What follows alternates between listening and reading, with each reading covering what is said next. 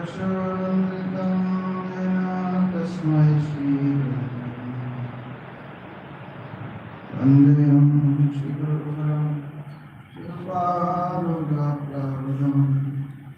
गजरसरसिकं च नारायणं तं प्रभुं श्रीगुरुचरणं वन्दे रमानप्रेष्ठाय भूतले रूपानुगभक्तिनं च कृपामूर्तिनारायणं वंशकल्पतरुभ्यश्च कृपासिन्धो पतितानां पावनेभ्यो वैष्णवेभ्यो नमो नमः।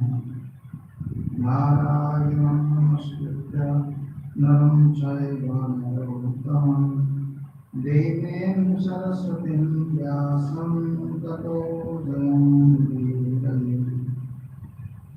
श्रीकृष्ण चैतन्य प्रभु नित्यानन्द श्री अद्वैत गदाधर शिवासरि गौरभक्तवृन्द। हरे कृष्ण कृष्ण कृष्ण हरे हरे, हरे Ram Ram Ram Hare Hare.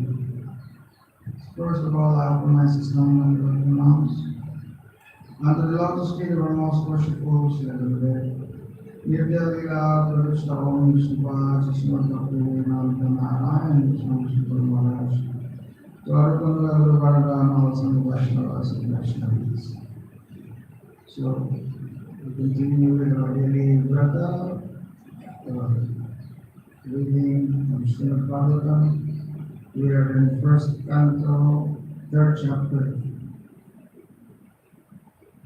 Now reading the 11th verse. Shashtamvatir padyatyam vidya prapto amsoyaya amvikshitim aladaya valadadayya uchivam. Translation. The sixth incarnation of the Purusha was the son of the sage Atti. He was born from the womb of Anasuya, who prayed for an incarnation. He spoke on the subject of transcendence to Alarka, Prahlad, and others, Yadu, Vaidhaya, and more. Purport by His Divine Grace, the Lord incarnated himself as Dattatreya, the son of Rishi Atri and Anasuya. The history of the birth of Dattatreya as an incarnation of the Lord is mentioned in the Pramanda Purana in connection with the story of the devoted wife. It is said there that Anasuya, the wife of Rishi Atri, prayed before the Lords Brahma, Vishnu, and Shiva as follows. My lords, if you are pleased with me and if you desire me to ask from you some sort of blessings, then I pray that you combine together to become my son. This was accepted by the lords, and as Dattatreya, the Lord expounded the philosophy of the spirit soul and especially instructed Alarka, Prahlad, Yadu, Vaidhaya, and so on. Text 12. Tata Saptama Akutyam Ruchirayagyo Yajayata Sayamadhyay Suragunay Abhat Swayam Bhuvat Tatrataram. Translation. The seventh incarnation was Yagya, the son of Prajapati Ruchi, and his wife Akuti. He controlled the period during the change of the Swayambhuva Manu and was assisted by demigods such as his son Yam. The administrative posts occupied by the demigods for maintaining the regulations of the material world are offered to the highly elevated pious living beings. When there is a scarcity of such pious living beings, the Lord incarnates himself as Brahma, Prajapati, Indra, and so on, and takes up the charge. During the period of Swayambhuva Manu, the present period is a Vaivasvata Manu. During the period of Swayambhuva Manu, there was no suitable living being who could occupy the post of Indra. the king of Indra, or heaven planet. The Lord himself at that time became Indra. Assisted by his own sons like Yam and other demigods, Lord Yajna ruled the administration of the universal affairs. Text 13.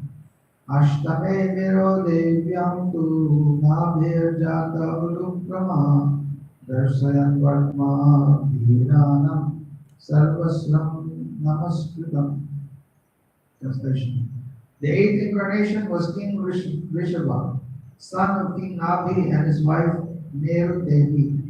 In this incarnation, the Lord showed the path of perfection, which is followed by those who have fully controlled their senses and who are honored by all orders of life. Fourth one. The society of human beings is naturally divided into 8 by orders and statuses of life. The 4 divisions of occupation and the 4 divisions of cultural advancement.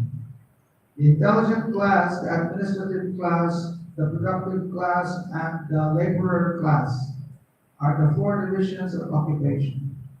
And the student life, the householder's life, retired life, and renounced life are the 4 statuses of cultural advancement towards the path of spiritual realization. Out of these, the renounced order of life or the order of sannyas is considered the highest of all. And the sannyasi is constitutionally the spiritual master for all the orders and divisions. In the sannyas order also, there are 4 stages of upliftment toward perfection. These stages are called Uticha, Bahuda, Parivrajya Karacharya, and Paramahamsa. The Paramahamsa stage of life is the highest stage of perfection. This order of life is respected by all others. Maharaj Rishabha, the son of King Nabhi and Meru Devi, was an incarnation of the Lord, and he instructed his sons to follow the path of perfection by tapasya, which sanctifies one's existence and enables one to attain the stage of spiritual happiness, which is eternal and ever increasing. Every living being is searching after happiness, but no one knows where eternal and limited happiness is obtainable. Foolish men seek after material sense pleasure as a substitute for real happiness. But such foolish men forget that temporary so-called happiness derived from sense pleasures is also enjoyed by the dogs and hogs. No animal, bird, or beast is bereft of this sense pleasure. In every species of life, including the human form of life, such happiness is immensely obtainable. The human form of life, however, is not meant for such cheap happiness.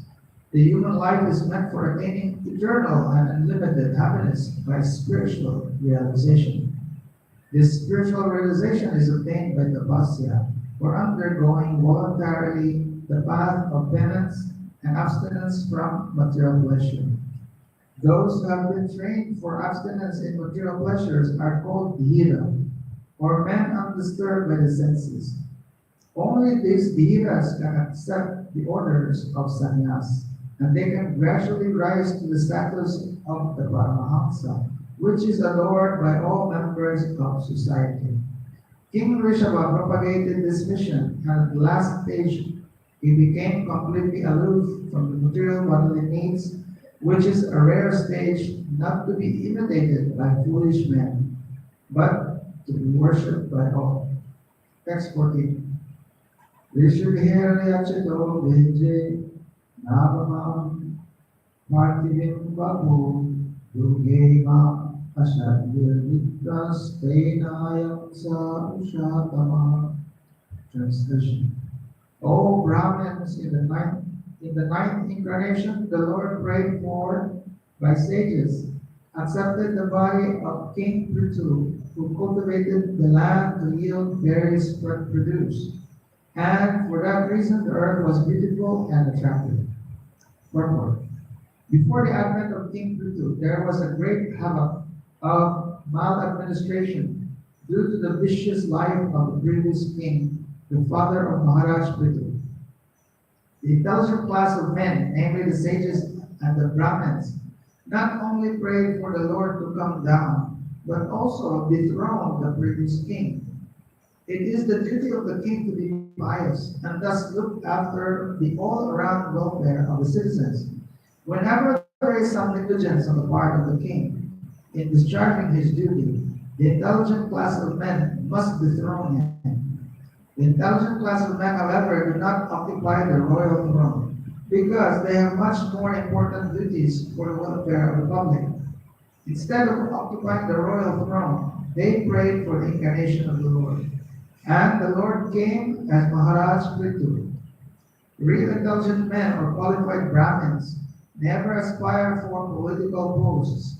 Maharaj Prithu excavated many producers from the earth, and thus not only did the citizens become happy to have such good king, but the complete side of the earth also became beautiful and attractive. Text 15. Rupam sajage matsyam chakshushodari samplave navyadya mahimayam apadvaivasvatam. Translation. When there was a complete inundation after the period of Chakshushamana, and the whole world was deep within water, the Lord accepted the form of a fish and protected by Vasvatamanu, keeping him up on a board. Purport. According to Sripad Sridhar Swami, the original commentator of the Bhagavatam, there is not always a devastation after the change of every month. And yet, this inundation after the period of Chakshushamana took place in order to show some wonders to Satyavrata. But Sri Jiva Goswami has given definite proofs from authoritative scriptures like Vishnu Dharmottara, Markandeya Purana, Harivamsa, and so on, that there is always a devastation after the end of each and every month. Srila Vishwanath Chakravarti Thakur has also supported Srila Jiva Goswami, and he, Sri Chakravarti, has also quoted from Bhagavatam Gita about this inundation after each month. Apart from this, the Lord, in order to show special favor to Satyavrata, a devotee of the Lord, in this particular period, incarnated himself. Text 16. Surasuranam udadyam matnata mantarachalam Radre kamata rupena Krishna ekadase vibhu. Translation. The 11th incarnation of the Lord took the form of a tortoise, whose shell served as a pivot for the Mandarachal hill, which is being used as a churning rod by the theists and atheists of the universe. Purport. Once both the atheists and the theists were engaged in producing nectar from the sea, so that all of them could become deathless by drinking it. At that time, the Mandarachal hill was used as a churning rod, and the shell of Lord Tortoise, the incarnation of Godhead, became the resting place for the pivot of the hill in the sea water.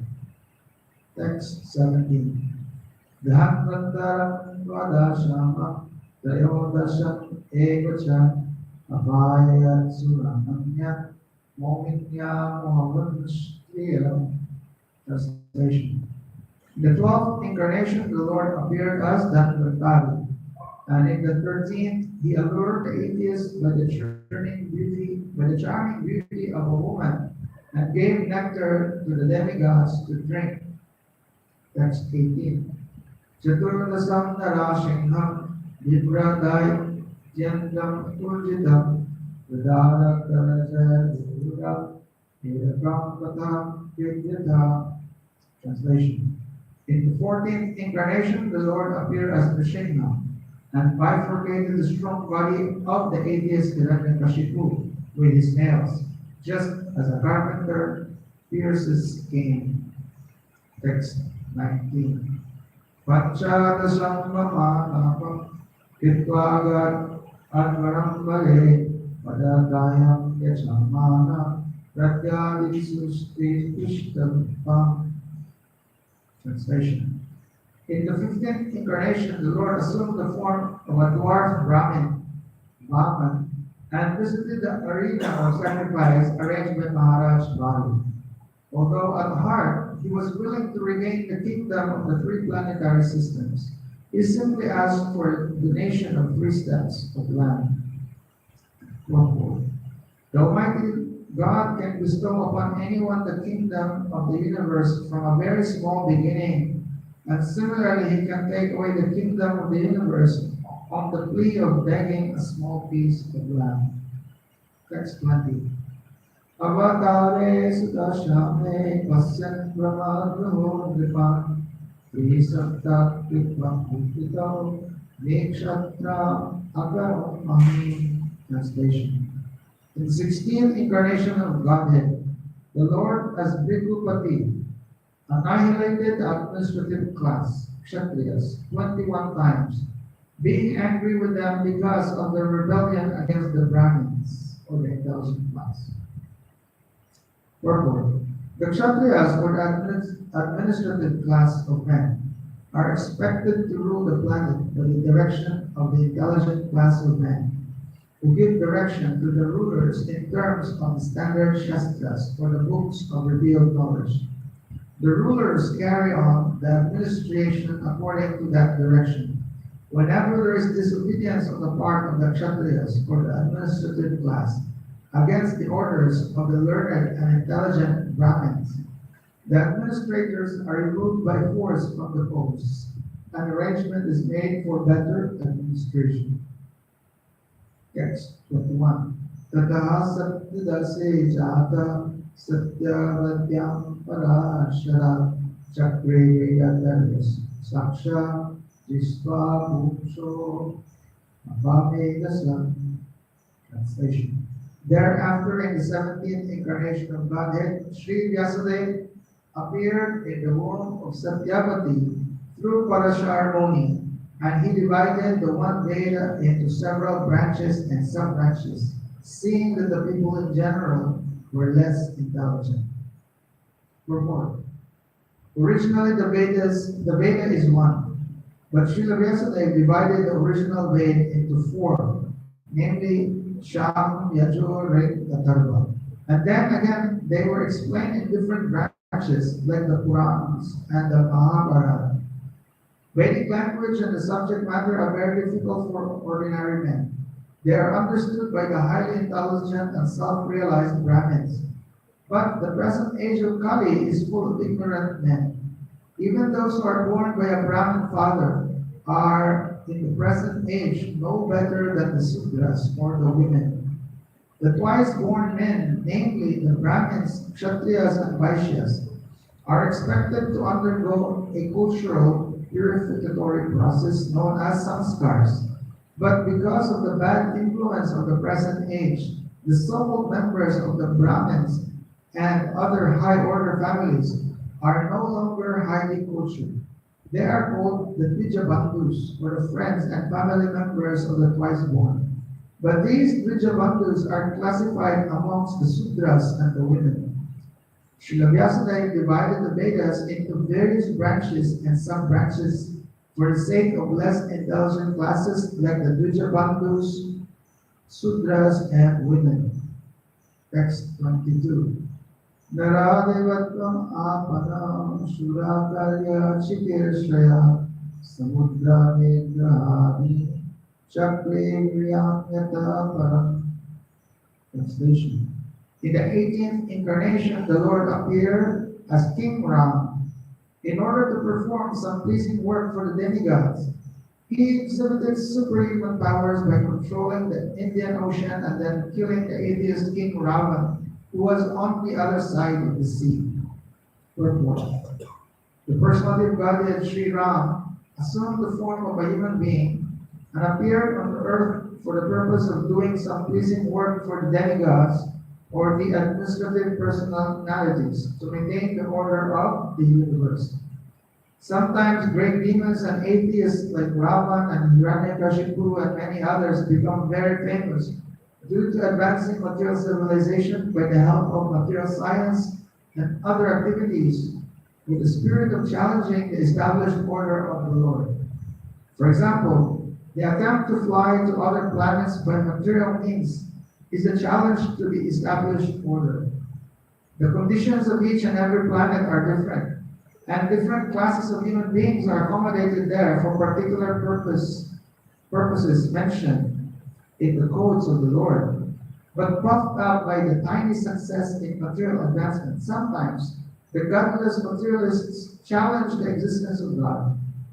Ravan was one of them, and he wanted to deport ordinary men to the planet of Indra by material means without consideration of the necessary qualifications. He wanted the staircase to be built up directly, reaching the heavenly planet, so that people might not be required to undergo the routine of pious work necessary to enter that planet. He also wanted to perform other acts against the established rule of the Lord. He even challenged the authority of Sri Ram, the personality of Godhead, and kidnapped his wife, Sita. Of course, Lord Ram came to chastise this atheist. Answering the prayer and desire of the demigods, he therefore took up the challenge of Ravan, and the complete activity is the subject matter of the Ramayana. Because Lord Ramachandra was the personality of Godhead, he exhibited superhuman activities which no human being, including the materially advanced Ravan, could perform. Lord Ramchandra prepared a royal road on the Indian Ocean with stones that floated on the water. The modern scientists have done research in the area of weightlessness, but it is not possible to bring in weightlessness anywhere and everywhere. But because weightlessness is the creation of the Lord, by which he can make the gigantic planets fly and float in the air, he made the stones even within this earth to be weightless, and prepared a stone bridge on the sea without any supporting pillar. That is the display of the power of God. Text 23. Ikonavimsevimshatyame Vishnisho Prapya Janmani Rama Krishna Buddhi Bhugo Bhagavan Aharat Manam. Translation. In the 19th and 20th incarnation, the Lord advented himself as Lord Balaram and Lord Krishna in the family of Vrishni, the Yadu dynasty, and by so doing he removed the burden of the world. Purport. The specific mention of the word Bhagavan in this text indicates that Balaram and Krishna are original forms of the Lord. This will be further explained later. Lord Krishna is not an incarnation of the Purusha, as we learned from the beginning of this chapter. He is directly the original personality of Godhead, and Balaram is the first plenary manifestation of the Lord. From Baladev, the first phalanx of plenary expansions, Vasudev, Sankarshan, Aniruddha, and Pradyumna expands. Lord Shri Krishna is Vasudev and Baladev is Sankarshan. Text 24. Tataha kalo sampravarte samohaya suradvisham buddho namnam janasuta kikateshu bhavisyati. Translation. Then in the beginning of Kali Yuga, the Lord will appear as Lord Buddha, the son of Anjana in the province of Gaya, just for the purpose of deluding those who are envious of the faithful deists. Purport. Lord Buddha, a powerful incarnation of the personality of Godhead, appeared in the province of Gaya, Bihar, as the son of Anjana, and he preached his own conception of non-violence and deprecated even the animal sacrifices sanctioned in the Vedas. At the time when Lord Buddha appeared, the people in general were atheistic and preferred animal flesh to anything else. On the plea of Vedic sacrifice, every place was practically turned into a slaughterhouse, and animal killing was indulged in unrestrictedly. Lord Buddha preached nonviolence, taking pity on the poor animals. He preached that he did not believe in the tenets of the Vedas and stressed the adverse psychological effects incurred by animal killing. Less indulgent men of the age of Kali, who had no faith in God, followed his principle And for the time being, they were trained in moral discipline and non-violence, the preliminary steps for proceeding further on the path of God realization.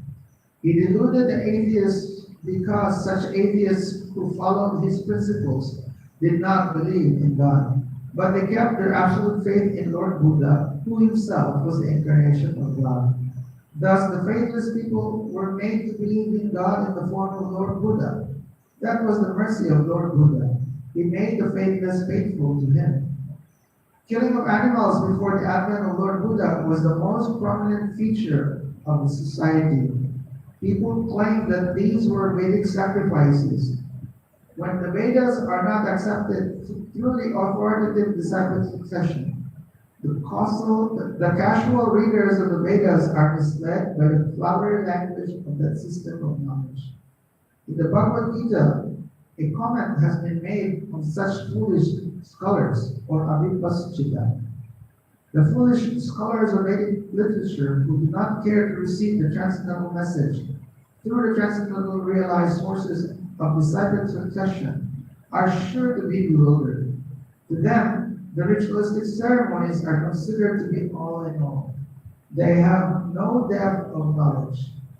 According to the Bhagavad Gita 15:15, Veda is just Sattva Aham Eva Vidya. The whole system of the Vedas is to lead one gradually to the path of the Supreme Lord.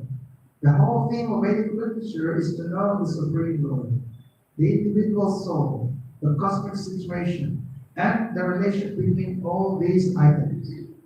When the relation is known, the relative function begins, and as a result of such a function, the ultimate goal of life, or going back to Godhead, takes place in the easiest manner. Unfortunately, unauthorized scholars of the Vedas became captivated by the purificatory ceremonies only, and natural progress is thereby checked. To such bewildered persons of atheistic propensity, Lord Buddha is the emblem of deism. He therefore, first of all, wanted to check the habit of animal killing.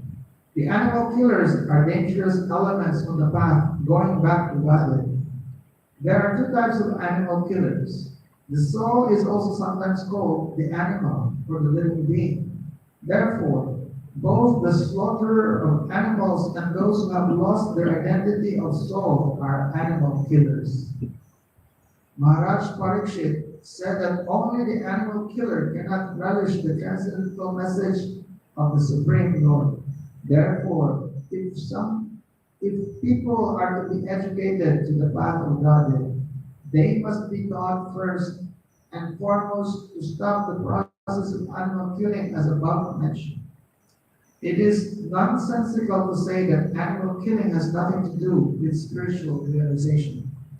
By this dangerous theory, many so-called sannyasis have sprung up by the grace of Kali Yuga, who preach animal killing under the garb of the Vedas.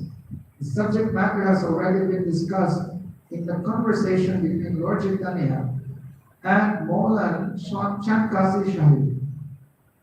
The animal sacrifice, as stated in the Vedas, is different from the unrestricted animal killing in the slaughterhouse. Because the asuras, or the so-called scholars of Vedic literatures, put forward the evidence of animal killing in the Vedas, Lord Buddha superficially denied the authority of the Vedas. This rejection of the Vedas by Lord Buddha was adopted in order to save people from the vice of animal killing, as well as to save the poor animals from the slaughtering process of their big brothers who clamor for universal brotherhood, peace, justice, and equity. There is no justice when there is animal killing. Lord Buddha wanted to stop it completely, and therefore his cult of ahimsa was propagated not only in India but also outside the country. Technically, Lord Buddha's philosophy is called atheistic because there is no acceptance of the Supreme Lord, and because that system of philosophy denied the authority of the Vedas. But that is an act of camouflage by the Lord. Lord Buddha is the incarnation of Godhead. As such, he is the original propounder of Vedic knowledge. He therefore cannot reject Vedic philosophy. But he rejected it outwardly because the Sura Drisha, or the demons, who are always envious of the devotees of Godhead, try to support cow killing or animal killing from the pages of the Vedas. And this is now being done by the modernized sannyasis. Lord Buddha had to reject the authority of the Vedas altogether. This is simply technical, and had it not been so, he would not have been so accepted as the incarnation of Godhead, nor would he have been worshipped in the transcendental songs of the poet Jayadeva, who is a Vaishnava Acharya. Lord Buddha preached the preliminary principles of the Vedas in a manner suitable for the time, and so also did Sankaracharya to establish the authority of the Vedas. Therefore, both Lord Buddha and Acharya Shankar paved the path of theism and Vaishnava Acharyas. Specifically, Lord Sri Chaitanya Mahaprabhu led the people on the path towards the realization of going back to Godhead. We are glad that people are taking interest in the non-violent movement of Lord Buddha. But will they take the matter very seriously and close the animal slaughterhouses altogether? If not, there is no meaning to the Ahimsa code. Srimad Bhagavatam was composed just prior to the beginning of the age of Kali, about 5,000 years ago. And Lord Buddha appeared about 2,600 years ago. Therefore, in the Srimad Bhagavatam, Lord Buddha is foretold. Such is the authority of this clear scripture. There are many such prophecies, and they are being fulfilled one after another. They will indicate the positive standing of Srimad Bhagavatam, which is without any trace of mistake, illusion, cheating, and imperfection, which are the four flows of all conditioned soul. The liberated souls are above these flaws, therefore they can see and foretell things which are to take place on distant future dates. Text 25. Akaso yuga satyaya dasya prayeshu rajasu jagita vishnu vyashaso namna kalkir jagatpati. Translation. Thereafter, at the conjunction of the two yugas, the Lord of the creation will take his birth as the Kalki incarnation and become the son of Vishnu Yasha. At this time, almost all the rulers of the earth will have degenerated into blunderers. Purport. Here is another foretelling of the advent of Lord Kalki, the incarnation of Godhead. He is to appear at the conjunction of the two yugas, namely at the end of Kali Yuga and the beginning of Satya Yuga. The cycle of the four yugas, namely Satya, Treta, Dwapara, and Kali, rotates like the calendar months. The present Kali Yuga lasts 432,000 years, out of which we have passed only 5,000 years after the battle of Kurukshetra and the end of the regime of King Parikshit. So there are 427,000 years balance yet to be finished.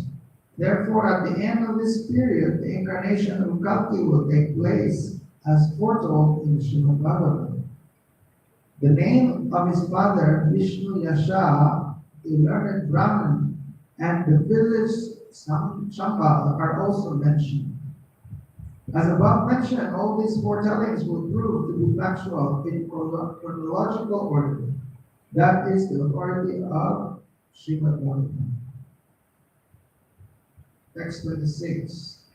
Avataraya Shankyaya Hare Sattva Nidhir Pija Yadha Vidasina Purya Sadasasyu Sahasrasha. Translation. O Brahmins, the incarnations of the Lord are innumerable, like rivulets flowing from inexhaustible sources of water. Report. The list of incarnations of the personality of Godhead given herein is not complete. It is only a partial view of all the incarnations. There are many others such as Sri Hayagriva, Hari Hamsa, Vishnigarbha, Vibhu, Satyasena, Vaikuntha, Sarvabhauma, Vishwakshena, Dharmasetu, Sudhama, Yogeshwar, Vinabhanu, and others of the bygone ages. Sri Bala Maharaj said in his prayer, "My Lord, you manifest as many incarnations as there are species of life, namely the aquatics, the vegetables, the reptiles, the birds, the beasts, the men, the demigods, and so on, just for the maintenance of the faithful and the annihilation of the unfaithful. You advent yourself in this way in accordance with the necessity of the different yugas. In the Kali Yuga, you have incarnated God as a devotee. This incarnation of the Lord in Kali Yuga is Lord Chaitanya Mahaprabhu. There are many other places, both in the Bhagavatam and in other scriptures, in which the incarnation of the Lord as Sri Chaitanya Mahaprabhu is explicitly mentioned. In the Brahma Samhita also it is said indirectly that although there are many incarnations of the Lord, such as Ram, Nrsimha, Varaha, Matsya, Kurma, and many others, the Lord himself sometimes incarnates in person. Lord Krishna and Lord Sri Chaitanya Mahaprabhu are not therefore incarnations, but the original source of all other incarnations. This will be clearly explained in the next shloka. So the Lord is the inexhaustible source for innumerable incarnations, which are not always mentioned. But such incarnations are distinguished by specific extraordinary feats, which are impossible to be performed by any living being. That is the general test to identify an incarnation of the Lord, directly and indirectly in power. Some incarnations mentioned above are almost plenary portions. For instance, the Kumaras are empowered with transcendental knowledge. Sri Narad is empowered with devotional service. Maharaj Prithu is an empowered incarnation with executive function. The Matsya incarnation is directly a plenary portion. So the innumerable incarnations of the Lord are manifested all over the universes constantly, without cessation, as water flows constantly from waterfalls. Text 27. Vishayo manavo deva mano buddha maho visa nada sarve harireva saprajapatya smrita. Translation. All the rishis, manus, demigods, and descendants of Manu who are specially powerful are plenary portions or portions of the plenary portions of the Lord. This also indicates the Prajapatis. Those who are comparatively less powerful are called Vibhuti, and those who are comparatively more powerful are called Avesh incarnations. Text 28. Ite chansa kala pumsa krishnastu bhagavan swayam Indari vyakulam lokam mridayanti yuge yuge. Translation. All of the above mentioned incarnations are either plenary portions or portions of the plenary portions of the Lord. But Lord Krishna is the original personality of Godhead. All of them appear on the planets whenever there is a disturbance created by the atheists. The Lord incarnates to protect the atheists. The Lord incarnates to protect the theists. Purport. In this particular stanza, Lord Sri Krishna, the personality of Godhead, is distinguished from other incarnations. He is counted amongst the avatars incarnations because out of his causeless mercy, the Lord descends from his transcendental abode. Avatar means one who descends. All the incarnations of the Lord, including the Lord himself, descend to the different planets of the material world, as also in different species of life to fulfill particular missions. Sometimes he comes himself, and sometimes his different plenary portions or parts of the plenary portions, or his differentiated portions directly or indirectly empowered by him, descend to this material world to execute certain specific functions. Originally, the Lord is full of all opulences, all progress, all fame, all beauty, all knowledge, and all renunciation. When they are partly manifested through the plenary portions or parts of the plenary portions, it should be noted that certain manifestations of his different powers are required for those particular functions. When in the room small electric bulbs are displayed, it does not mean that the electric powerhouse is limited by the small bulbs. The same powerhouse can supply power to operate large-scale industrial dynamos with great volts. Similarly, the incarnations of the Lord display limited powers because so much power is needed at a particular time. For example, Lord Parashuram and Lord Nrsimha displayed unusual opulence by killing the disobedient Kshatriyas 21 times and killing the greatly powerful atheist Hiranyakashipu. Hiranyakashipu was so powerful that even the demigods in other planets would tremble simply by the unfavorable raising of his eyebrows. The demigods in the higher level of material existence many times excel the most well-to-do human beings in duration of life, beauty, wealth, paraphernalia, and all other respects. Still, they were afraid of Hiranyakashipu. Thus, we can simply imagine how powerful Hiranyakashipu was in this material world. But even Hiranyakashipu was cut into small pieces by the nails of Lord Nrsimha. This means that anyone materially powerful can withstand the strength of the Lord's nails.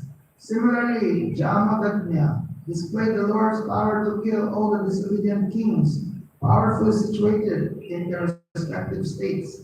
The Lord's empowered incarnation Nara and plenary incarnations Varaha, as well as indirect empowered Lord Buddha, created faith in the mass of people.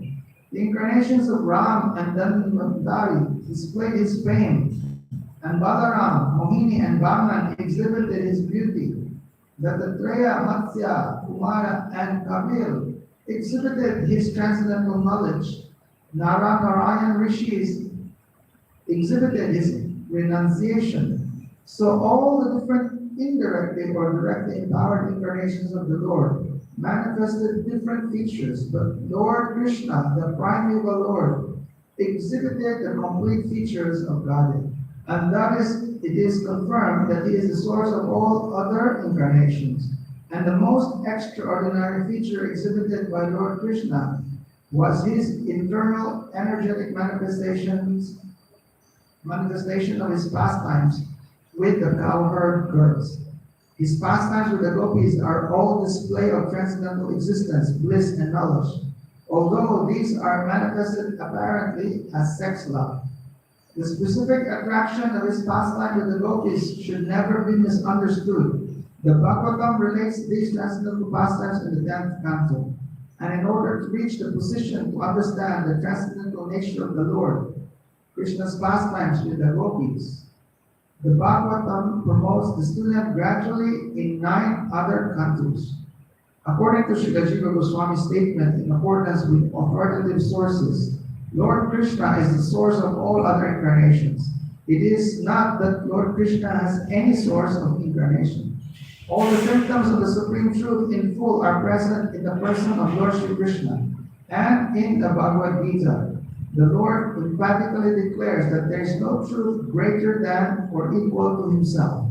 In this stanza, the word Swayam is particularly mentioned to confirm that Lord Krishna has no other source than himself. Although in other places the incarnations are described as Bhagavan because of their specific function, nowhere are they declared to be the Supreme Personality. In this stanza, the word Swayam signifies the supremacy as the Samam Bonam. The Samam Bonam Krishna is one without a second. He himself has expanded himself in various parts, portions, and particles. As Swayam Rup, Swayam Prakash, Tadigatma, Prabha, Vaibhav, Vilas, Avatar, Avesh, and Jivas, all provided with innumerable energies, just suitable to the respective persons and personalities. Learned scholars in transcendental subjects have carefully analyzed the Suman Bhagavan Krishna to have 64 principal attributes. All the expansions or categories of the Lord possess only some percentage of these attributes. But Sri Krishna is the possessor of the attributes 100%.